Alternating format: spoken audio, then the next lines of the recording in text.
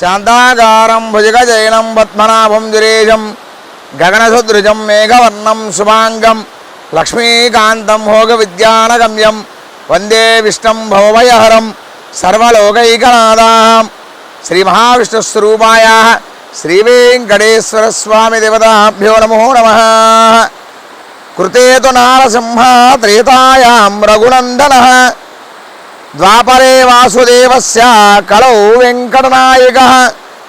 కృతయుగమందు నారసింహునిగా, త్రేతాయుగమందు రఘునంద వంశనందునటువంటి రాముడిగా, ద్వాపరమునందు వాసుదేవుడిగా అవతరించిన ఆ దేవదేవుడు ఈ కలియుగమందు వెంకటనాథుడిగా భూలోకమందు అవతరించి అఖిలాండకోటి బ్రహ్మాండ నాయకుడు, అడుగడుగు దండాలవాడు, ఆపద ముక్కులవాడు, వడ్డీ కాసులవాడు, ఏడు కొండలవాడు, ఇలా ఎన్నెన్నో నామాలతో పిలిపించుకుంటున్న కలియుగ దైవరాయుడు అదిగో అల్లదిగో శ్రీహరివాసము అంటూ అన్నమయ్య చేత సంకీర్తనలు పాడించుకున్న కలియుగ వరదుడు, ఏడుకొండలవాడ వెంకటరమణ గోవింద గోవింద అంటూ అనునిత్యం లక్షలాది మంది భక్తజనులు దర్శించుకొని తరిస్తున్న వెంకటేశ్వరుడు వెలచిన దివ్యస్థలం తిరుమల.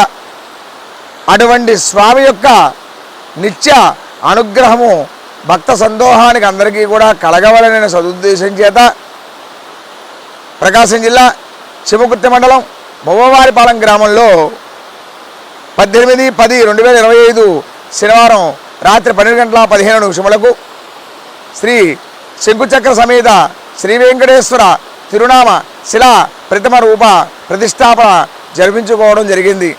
అలా జరిపించుకున్నటువంటి స్వామివారికి షష్ఠదశ మహోత్సవ కార్యక్రమము అనగా 16 రోజుల పండగ కార్యక్రమము సందర్భంగా 2/11/2025 తేదీ అనగా ఆదివారం ఉదయం 7 గంటల నుంచి స్వామివారికి విశేష హోమ, తిరుమంజన, అభిషేక, అదేవిధంగా భజన కార్యక్రమములు జరిపించబడును.